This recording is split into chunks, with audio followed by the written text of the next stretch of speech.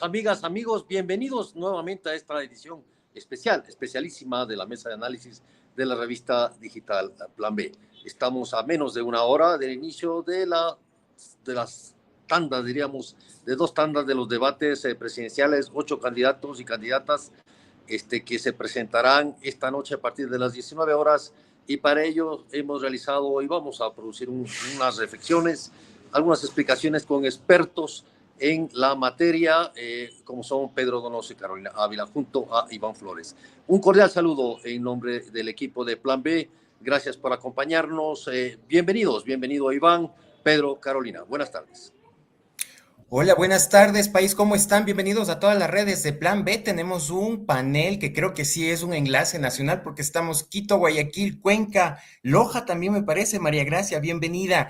Vamos a hacer unas 3 simples preguntas porque esta es la previa del debate. Voy a introducir a nuestros invitados muy brevemente. Tenemos la participación desde Cuenca de la doctora Carolina Ávila. Doctora, bienvenida, muchas gracias por estar con nosotros. Es doctora en comunicación, académica e investigadora en comunicación política y estratégica. Estudia la convergencia de todas estas líneas en el ámbito gubernamental y corporativo. Dirige actualmente el Grupo de Investigación en Comunicación Aplicada de la Universidad del Azuay. También contamos, como ya dije, con María Gracia Jaramillo, una joven analista política que ha tendido puentes entre la discusión del debate público con las nuevas generaciones. Analista política, como ya dije, y también fundadora del portal Cruza el Dato. Y también contamos con nuestro buen amigo Pedro Donoso, doctor en jurisprudencia, pero director general del gabinete ICARE, que justamente es un espacio de discusión, de comunicación, pensamiento estratégico para la resolución de crisis. Bienvenidas y bienvenidos todos. Juan Carlos. Gracias por acompañarnos. Vamos a hacer una modalidad por la cortedad del tiempo. De primero una pregunta general para todos ustedes, empezando sería por Pedro, Carolina y luego María Gracia, sobre qué expectativas tienen de este debate y sobre todo una pregunta, ¿qué tanto aporte será este debate para el elector y la electora en esta contienda electoral? Un debate que ha sido básicamente cuestionado primero por la enorme cantidad de participantes que no permitiría pues, tener una profundización sobre los temas, pero de eso queremos escucharle a Pedro, Carolina y María Gracia. En 5 minutos, por favor, cada uno. Pedro, empezamos contigo. Gracias, muchas gracias por la invitación. Yo encantado de estar con ustedes. Yo voy a ser el aburrido del panel, es decir, sí voy a hacer unas reflexiones, digamos, importantes en un Ecuador esquizofrénico en donde muchas veces perdemos de vista lo importante que es conceptualizar. ¿Qué quiero decir con esto? Que el debate, digamos, electoral, los debates electorales deben ser defendidos como un bien público y a mí me da muchísimo miedo, digamos, que hay un retroceso el momento que le damos un análisis utilitario a los debates, ¿no? Es decir, el momento en que decimos, no este foro, sino en general, ¿no? El momento en que decimos, uy, la moderadora no debió haber hecho esto, es aburridísimo, hay muchos candidatos, etcétera. Me da mucho miedo que haya, digamos, esta posibilidad de que se retroceda, ¿no es cierto?, a sacar del Código de la Democracia la obligatoriedad de los candidatos a debatir cuando deberíamos ampliar ese espectro. Es decir, cuando todos los candidatos en este país deberían debatir, no importa qué dignidad, porque el debate, otra vez, es digamos, no es un derecho de los candidatos, es una obligación de los candidatos, un derecho de los ciudadanos para ejercer el escrutinio público, digamos, ¿no? Por más que haya complejidades, y yo lo entiendo, pero me da mucho miedo, digamos, porque el Ecuador es este país en donde mañana una persona sale a matar con palas y nosotros prohibimos el uso de las palas, digamos, ¿no? Es decir, siempre nos enfocamos en la herramienta, nunca en el comportamiento, ¿no? Creo que esa es la primera reflexión. La segunda reflexión, soy súper reacio también a establecer esta lógica de ver el debate como un partido de fútbol, quién gana y quién pierde. Capaz que soy yo el incapaz de no tener una metodología e indicadores que puedan determinar finalmente quién gana y quién pierde, ¿no? Es decir, es como muy complejo porque entra en el mundo de la subjetividad, pero si hacemos un análisis al respecto, sí debemos, en mi criterio, entender que el debate es un hecho político y ese hecho político tiene un antes, un durante y un después. Es decir, un candidato no llega al debate virgen en el ámbito, digamos, de la discusión política, llega con una carga mítica. Ahí vengo yo con mi sesgo, digamos, de metodológico que utilizamos en ICARE, de leer los mitos y los aforismos, y para mí el gran candidato que gana el debate, ¿no es cierto?, igual es un indicador subjetivo, es el que logra desmitificar, digamos, la carga mítica que tiene. Es decir, para mí la importancia del debate no es la relación intercandidatos, sino finalmente cómo ese candidato logra, ¿no es cierto? Primero, crear un framing en el antes, lograr desmitificar en el durante, ¿no es cierto? Y sostenerlo en el después, diría yo, ¿no? Entonces, me parece que es supremamente importante eso. Y la tercera reflexión, me dicen si me paso el tiempo, pero la tercera reflexión que me parece que es importante es entender al debate como parte de un sistema. Yo soy mucho de la visión sistémica, digamos, ¿no? Es decir, el debate no existe per se, el debate es parte de, ¿no es cierto?, el proceso eleccionario que tiene, por ejemplo, los planes de gobierno, que tiene las candidaturas, los partidos, los militantes, los votos, etcétera, ¿no? Entonces, digamos, la materia prima natural para un debate, que eso es lo que debería ser, y es una pena finalmente que el Consejo Nacional Electoral le tenga tanto miedo a los partidos políticos, porque ahorita ya es obligatorio, tú puedes tener más holgura en la metodología. La materia prima es el plan de gobierno de los candidatos, de ahí debería salir todo, y el debate debería ser personalizado, es decir, las preguntas que a mí me gustaría escuchar del moderador, ¿no es cierto?, o la interpelación, tienen que ver con usted, señor candidato X, en su página 25 de su plan de gobierno propone esto. ¿Cómo lo va a hacer? ¿Cuándo lo va a hacer? ¿No es cierto? ¿Con qué dinero lo va a hacer? Y lo que usted está diciendo es contradictorio a lo que usted tiene en su plan de gobierno. Es decir, utilizar, ¿no es cierto?, al debate y darle la importancia de ser un elemento dentro de una lógica sistémica, digamos, de discusión. Gracias Pedro. Carolina. Muy agradecida con la invitación, espero que se esté escuchando bien, mandando por supuesto un abrazo muy cariñoso desde la preciosa Cuenca, con ríos y agua, obviamente muy agradecidos con San Pedro, sin duda. Y a propósito de lo que ya dijo este Pedro, el nuestro, Pedro Donoso, que firmo por supuesto siempre cada una de sus palabras, yo solo quisiera agregar que siempre será bueno debatir. Ahora tuvimos incluso el debate de vicepresidenciables, es decir, que en eso el Ecuador siempre estará ganando, indistinto los resultados.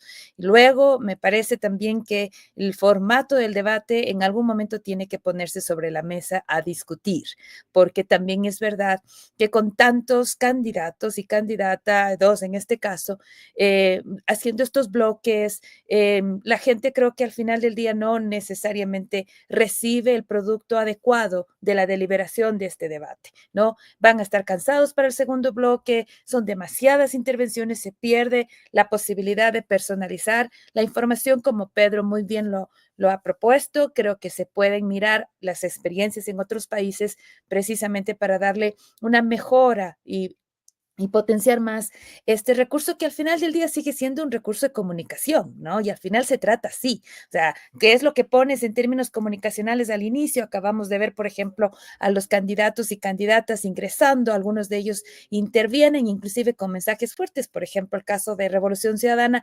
directamente hablar sobre sus amenazas, sobre la condición de violencia y de inseguridad que viven, entre ellos inclusive las amenazas personales recibidas. Y por el otro lado, le vemos al candidato presidente, Daniel Noboa, que no saludó a la prensa, que pasó directo y no hizo ningún tipo de reflexión inicial, que es lo que normalmente suele pasar. Entonces, al final del día, todo esto, Juan Carlos, Iván, María Gracia y Pedro, siguen siendo ejercicios comunicacionales con los cuales, lamentablemente, y ahí sí, sumando a las palabras de Pedro, lamentablemente terminan los comandos dándole este utilitario, este recurso utilitario. Esta mañana circulaba en las redes un mensaje de un colega nuestro, Andrés Seminario, decía: si yo soy asesor, al que va primero no le mando a debatir. Estoy en la línea de Andrés consultor, Andrés estratega, pero creo sinceramente que hay un minuto dado en que el estratega tiene que encontrarse con el valor democrático de lo que está haciendo, porque en ese contexto, al final del día, ese es el compromiso que tú haces cuando pides incluso recursos públicos para hacerte conocer. Entonces, no vengas a exigir que, por ejemplo, el Estado te dé plata para poner el spot en la tele o en las revistas o en los vallas, qué sé yo, si no tienes el suficiente valor de ir y contrastar tus propuestas con las de los otros, indistinto del lugar en el que tengas en este momento en la preferencia electoral. Y yo he visto acá en mi Cuenca querida, alcaldes ya prácticamente jurados que no debatieron porque se creían en las nubes y que al final terminaron perdiendo. Entonces, inclusive desde lo estratégico, vale siempre la pena exponer sus propuestas y contrastarlas con nosotros. Gracias, Caroline. Nada más un comentario sobre esto. Había un tuit del doctor Luis Fernando el de Ambato, ¿cómo es? Torres. Torres, que decía que lo planteó así, que deberían eliminar de los debates o no están, los que están al último en las encuestas. Eso impide, si fuera por eso, Daniel Noboa no fuera presidente, no hubiera ido al debate. Claro. Con ese razonamiento, fíjense cómo pensamos lo que nos conviene y no somos demócratas en el fondo. Yo solo quiero desordenar ahí, perdón, solo quiero desordenar una cosa. Javier Rodríguez, si yo siempre desordeno, les pido disculpas. Javier Rodríguez acaba de publicar un análisis muy interesante que cierra el círculo del análisis, que dice, ¿no es cierto?, cómo las encuestas te generan finalmente, digamos, quiénes deberían ir a los debates para que después del debate tenga incidencia en las encuestas. Es decir, es un círculo cerrado y la discusión usualmente es ¿a quién le vamos a hacer caso? ¿Quién nos va a decir quién está primero y quién está último en un momento en donde cuestionamos tanto finalmente el resultado de las encuestas, ¿no? Perdón, ahora sí. Gracias. Bueno, fin del desorden, Pedro. Gracias, María. Gracias, Jaramillo. Buenas tardes. Buenas tardes. Muchas gracias por la invitación. Es un gusto compartir con ustedes. Bueno, ahora sí, yo comparto y suscribo cada una de sus palabras. En realidad, el Código de la Democracia sí se debe reformar en este sentido de la forma en que se están dando los debates. Mi mensaje siempre son para los jóvenes. Yo soy una joven de 21 años.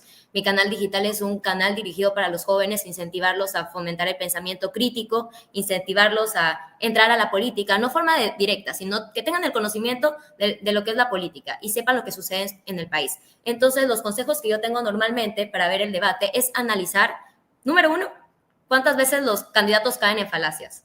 Porque es un debate. El debate es el momento más enriquecedor que tenemos en las elecciones para conocer al candidato. Y normalmente tenemos este hecho de que siempre caen en falacias o siempre se dedican a criticar o a atacar directamente al otro contrincante cuando la gente no le preocupa ni le importa a quién critica, sino que le muestres las soluciones.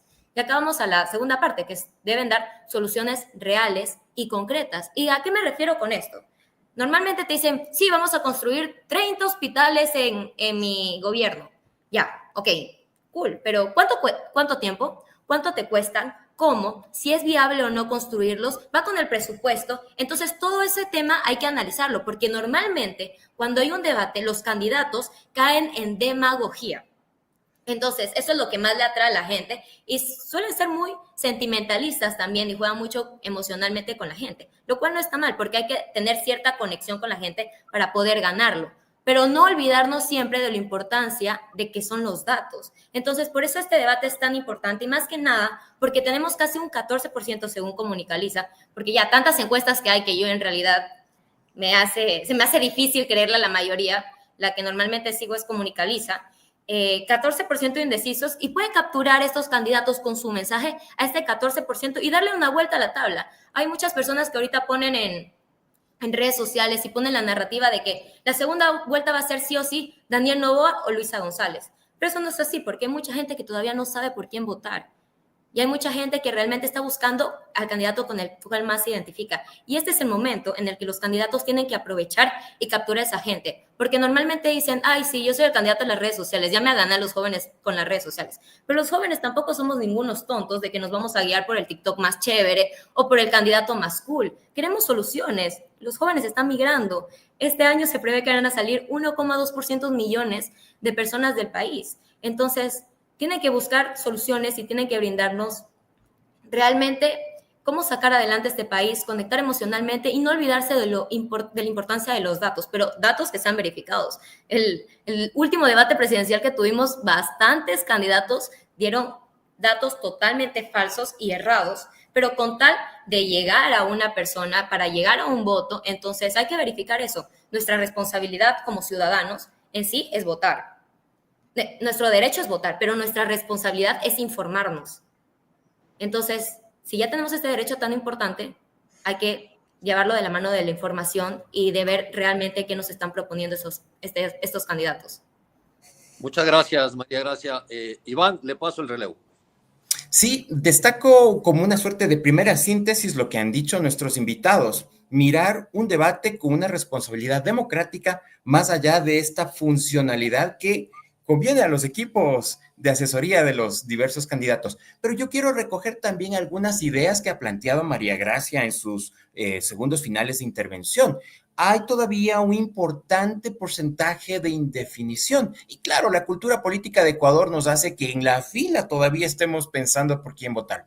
Una firma dice 20% de indecisos, me refiero a Comunicaliza, otra firma como Informe Confidencial habla de un 45%, Cedatos habla de un 40%. En ese sentido, estimados, estimadas invitadas a este panel, lo que suceda ya mismo, ¿cuánto puede mover al electorado, específicamente a esta franja de indecisos?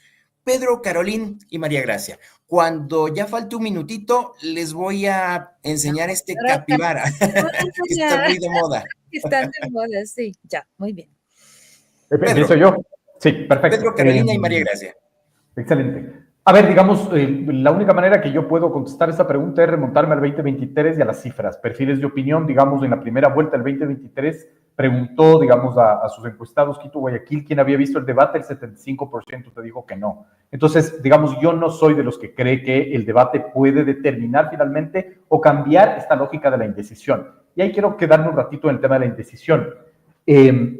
La indecisión, finalmente, la única encuestadora que ha publicado datos de, en efecto, indecisos es Cedatos. El resto no. Es decir, Comunicaliza lo que pregunta es, si hoy fuera las elecciones, ¿por quién votaría? Hay un 14% de indecisión, eso no es indecisión. Eso quiere decir que en el ejercicio de enfrentarme a una papeleta, yo no sé por quién votar.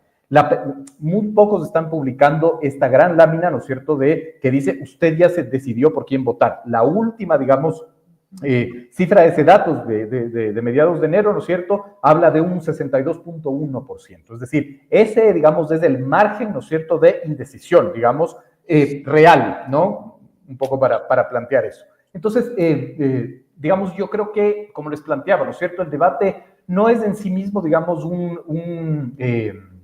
un suceso que, en mi criterio, digamos, y basado en las cifras de perfiles de opinión, que son las únicas que yo podría acotar, puede, digamos, establecer una variación, digamos, o establecer una lógica de cambiar la indecisión.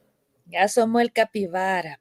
A ver, justo yo le pregunté al Álvaro de Comunicaliza, él decía, directamente nosotros no hacemos esa pregunta, suele luego sesgar el resultado, trabajamos ya inmediatamente con el tema de la intención de voto y por eso justamente como explicó Pedro, los resultados y las diferencias entre uno y otro. Sin embargo, asumiendo, teniendo por supuesto en mente que siempre hay una suerte de voto blando, ¿qué es lo que pasa cuando tú dices decidiste o no? Es decir, me puedo mover un poco, sí, me puedo mover un poco, tal vez en la misma tendencia, tal vez viendo resultados, pero tampoco es que está tan volátil la cuestión. Y esto es porque el momento que te muestran la papeleta son capaces de orientarse a un lado o al otro. Entonces, ¿qué dice la literatura a propósito de quién gana o qué es lo que pasa al final del debate?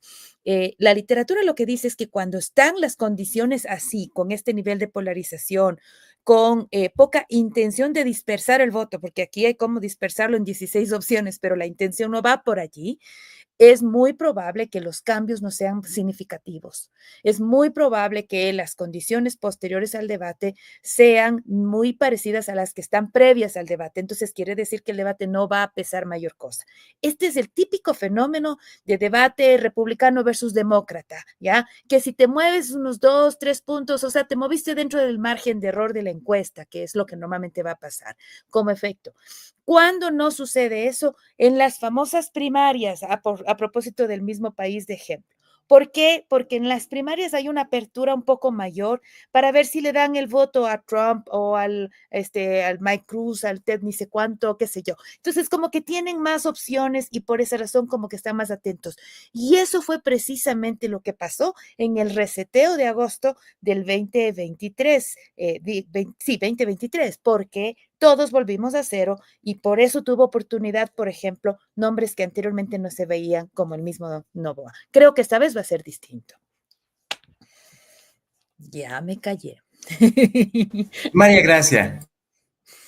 Yo todavía tengo la esperanza de que tal vez haya gente que escuche realmente las propuestas y no se dejen guiar Está muy polarizado el país por el anticorreísmo y el correísmo, lo cual me gustaría que deje de ser así y que escuche las propuestas y qué es más viable y qué le conviene más al país. Eso sería lo interesante y para eso creo que se hace el debate, pero como dijeron ya los otros expositores, claramente ya tienen la mayoría una tendencia muy marcada, pero eso no quiere decir que todavía no se puede poner una narrativa en redes sociales, porque hay la apertura de una narrativa. Hemos visto a 3 candidatos ya hablar mucho de temas de privatizaciones, lo cual antes en el país era un tema totalmente imposible de hablar. Hemos escuchado primero al candidato liberal Tillería, segundo a Henry Cucalón y tercero a Andrea González. ¿Y por qué se ha dado este tema? Yo creo que más que nada por el tema de la crisis energética. Después también escuchamos a candidatos hablar sobre asambleas constituyentes. Entonces, yo creo que más que nada este debate es para poner narrativa en la opinión pública también. ¿Qué es lo que se tiene que hacer? ¿Qué se puede poder hacer un siguiente gobierno? ¿Qué candidato, el próximo presidente también podría considerar algunos aspectos de que la gente tome importante en el debate? Pero como ya lo dijeron las otras personas, sí, ya hay una narrativa ya puesta, hay una tendencia ya marcada y puede variar, sí. Es Ecuador. Las últimas elecciones creo que nadie pensaba que iba a ganar Daniel Noboa y ganó Daniel Noboa. Entonces no me sorprendería que suceda algo extraordinario y que realmente algún candidato llegue a capturar muchas emociones y llegue a conectar con un público, o al menos que se ponga una narrativa que cambie más que nada el mensaje o la retórica que está teniendo el país en este momento. Y eso es importante, más que nada el intercambio de ideas, conocer las propuestas y guiarnos tal vez por una persona que nos convenza más que otra, porque yo siempre digo, se deben defender las ideas y no los políticos. Y eso es lo último que creo que hacemos en Ecuador. Y ojalá en el futuro los jóvenes avancemos a poner esto, defender ideas y no a políticos. Muchas gracias, María Gracia. La última ronda, con una última pregunta y tal vez quizás quieran dar sus reflexiones, pero yo quería lanzarles una pregunta. Faltan, después del debate, vendrán algún par de, varios días más, bastantes días más para las elecciones del 9 de febrero, y de alguna manera pueden cambiar las cosas, como no. Pedro, tú mencionabas precisamente este tema de cómo las encuestas posicionan, ¿no es cierto?, o las encuestadoras más bien, de alguna manera, como parte de una campaña política, posicionan esta tendencia a casi que al bipartidismo. Cuando vemos las encuestas, las previsiones para las encuestas de la asamblea que viene, estamos claramente viendo casi un bipartidismo. Entonces, quizá esto es manipulado. ¿Cómo le ves tú? ¿Cómo leer esto? ¿Y qué se espera a tu criterio si esto se va a acentuar o para los próximos días post-debate? A ver, varias cosas, ¿no es cierto? Súper importantes. A mí cuando me dicen en qué encuestadora confía, yo, digamos, no desconfío ni confío en ninguna. Para mí la credibilidad está en la metodología, digamos, ¿no? Es decir, yo, digamos, soy más afín con una metodología que con otra, ¿no es cierto? Entonces, creo que por ahí va el tema. El tema de la polarización del electorado, y yo me adhiero mucho a este concepto que lo dijo Javier Rodríguez y lo elaboró, ¿no es cierto? La polarización del electorado sigue siendo un mito, digamos, ¿no? Es decir, esto de que solo hay 2 posiciones, ¿no es cierto? Es un mito, ¿no es cierto? Es un mito porque puede tener, o más bien tiene 3 elementos materiales que contradicen aquello. La primera es el nivel de indecisión, tanto en asamblea como en legislativo. Es decir, Sedatos, cuando publica finalmente los anteriores valores de 61% de indecisos para la presidencia, publica 80% de indecisión para la asamblea. Es decir, materialmente hay finalmente la demanda de votos, ¿verdad?, que puede hacer que esto cambie, ¿no es cierto? El segundo son los 16 candidatos, es decir, hay oferta. Y el tercero es lo que ha sucedido en el Ecuador, donde todo puede suceder, digamos, ¿no es cierto? Es decir, Noboa es un ejemplo de aquello. Noboa, estos son cifras de perfiles de opinión. Noboa el 4 de junio del 2023 tenía 5.14% de intención de voto. En julio cae al 3.04%, sube al 16.89% en agosto y pasa a segunda vuelta con 22.43%, digamos, ¿no? Si no queremos utilizar el ejemplo de Noboa, ¿no es cierto?, que está tan trillado, utilicemos el de Zamora en Cuenca, ¿no es cierto? Durante toda la campaña, casi a 10 días, se mantuvo en 4º lugar, estas son cifras de clima social, con 5.3% y gana la alcaldía con 18.58%. La violencia es un elemento que puede ser definitivo. La violencia puso a un candidato que quedó en 3er lugar en el 2023, ¿no es cierto?, con una votación del 16%, es decir, todo puede suceder porque hay las condiciones materiales para que suceda. Ahí la pregunta automática es, bueno, y entonces, ¿no es cierto?, ¿alguien puede irrumpir? Hay que ver. Yo no estoy viendo que nadie lo haga, ¿verdad? Pero eso no quiere decir que hay que descartar, digamos, ese escenario, ¿no? En esa misma línea, yo, creería que el resultado del día de hoy, más allá de quién vaya o no a segunda vuelta, porque estoy casi convencida que eso sí va a haber, me da a mí más la impresión de que podría generar una conversación interesante para la asamblea, y creo que más o menos en ese espacio podría concentrarse el resultado y el postdebate. Veo también que hay algunos intereses de poner en agenda ciertos temas. Por ejemplo, algunos están hablando sobre dar de baja a todos los militares, otros, por ejemplo, están haciendo la referencia, en el caso de Construye, al rol a la posibilidad de haber encontrado a Fito y que esto se exponga inclusive en el debate de hoy. En fin, están intentando colocar otros temas dentro de la agenda del día de mañana y de los próximos días, lo cual va a reducir el momentum noticioso que normalmente suele suceder a partir del debate. Sin embargo, esto sigue siendo, por supuesto, una interesante posibilidad para la ciudadanía. Yo solo quiero cerrar indicando que más allá de si estás o no indeciso o si quieres reafirmar tu voto, siempre será bueno valorar esta oportunidad que se te está dando para poder escuchar, para poder evaluar, ¿no es cierto?, emocionarte, pelearte, ver cómo responden a una u otra estrategia. Creo que todo eso forma parte del juego político y eso hay que agradecer. Por eso el valor que tiene, la obligatoriedad que tiene, que debe ser respetada y necesita para ello toda la atención del público y el respeto del periodismo político, como con espacios como estos, en donde la gente pueda de alguna manera estar más orientada sobre qué ver, a qué prepararse y luego qué hacer con esa información. Eso debería darse mucho valor. Cerramos con María Gracia entonces de esta ronda. Muchas gracias, doctora Carolina. Yo creo que hay que resaltar también un poco la importancia de, uno, los medios de comunicación y dos, los influencers. Porque ya he tenido en conocimiento algunos candidatos que también están poniendo a influencers a decir que ellos son los ganadores del debate. Entonces, no me sorprendería que al día de mañana hayan bastantes influencers saliendo a decir que Juan o Pepito fue su candidato favorito por $100, que ya lo hemos visto en elecciones pasadas. Y aparte ya conocemos de algunos medios que están a favor de algunos candidatos. Entonces hay que ver también la narrativa que ponen las redes sociales. Para esto también nosotros tenemos que tener la capacidad de discernir y ver realmente qué es lo que nos convence a nosotros, no dejarnos llevar por un mensaje simplemente impuesto por gente que quieren que creas ese mensaje. Hay que ser un poquito más analíticos en cuestión y dejar simplemente llevarnos y analizar lo que nosotros creemos correcto. Entonces, como ya lo dije en la anterior ocasión, tiene que analizar ciertos puntos para ver si son viables o no las propuestas. Espero en realidad que el panorama cambie y que se vea candidatos que realmente vean propuestas pro país y no que vean propuestas o simplemente que decían atacar a su otro contrincante, porque ya creo que vivimos demasiada violencia en el país como para estar escuchando de nuevo violencia verbal dentro de un momento que es para intercambiar ideas y es tan importante y tan enriquecedor. Así suba 1 o 2% un candidato, ese 1 o 2% es que lograste capturar 1 o 2% personas con tu mensaje, lo cual también es muy importante.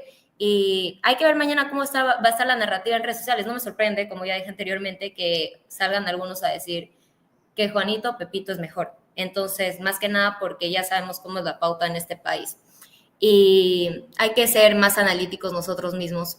Yo siempre, como les dije, me dirijo a los jóvenes, entonces espero que este debate sea para que ustedes tomen una postura, pero en cuanto a lo que ustedes piensen que es correcto. La mayoría de personas saben cuál es mi tendencia política, pero a mí más me importa que tú sigas mi tendencia. Lo que más me importa a mí es que tú tengas una tendencia, que tú sepas pensar porque tú has investigado y sepas lo que para ti es correcto. Entonces, me importa demasiado incentivar a los jóvenes en este sentido y hay muchos medios, Plan B, que es una revista excelente. También pueden seguir a Cruz el Dato, que lo hacemos una forma más para conectar a los jóvenes. Hay muchos medios que se dedican a ver y analizar profundamente sin necesidad de preferir a uno u otro, y eso es lo que debemos hacer, porque al fin y al cabo es un momento en el que los ecuatorianos tienen que conocer la verdad, y no la verdad que quieren que se imponga, como normalmente lo conocemos. Muy bien, queremos agradecerles muchísimo estas ideas muy puntuales y certeras. Sabemos que tienen otros compromisos y por favor les pedimos que se unan a planb.com.es para que puedan ver también la transmisión del debate. María Gracia, doctora Carolín, Pedro, un agradecimiento sincero. Juan Carlos, tus palabras finales. Muchas gracias también a nuestras invitadas y nuestro invitado Pedro Donoso, a todos quienes nos siguen en vivo y simultáneamente en las plataformas de YouTube, Twitter, Facebook e Instagram, simultáneamente. Calculen el impacto que esto tiene y que de alguna manera nos permite acceder a varios públicos. Les invitamos también a visitar brújulaelectoral.es, un proyecto conjunto entre Plan B y la Fundación Ciudadanía y Desarrollo, donde los candidatos han respondido, salvo 3, Luisa, Daniel y Leonidas Isa, han respondido todos los demás. Las 10 preguntas se han hecho grupos focales de jóvenes en todo el país para estos candidatos. Ustedes entren a brújulaelectoral.es y sabrán cuánto coinciden sus respuestas también de ustedes con la de los candidatos y ven cuál es su candidato idóneo. A mí en las elecciones anteriores me tocó uno que no me esperaba, pero bueno, esas son sorpresas. Muchas gracias.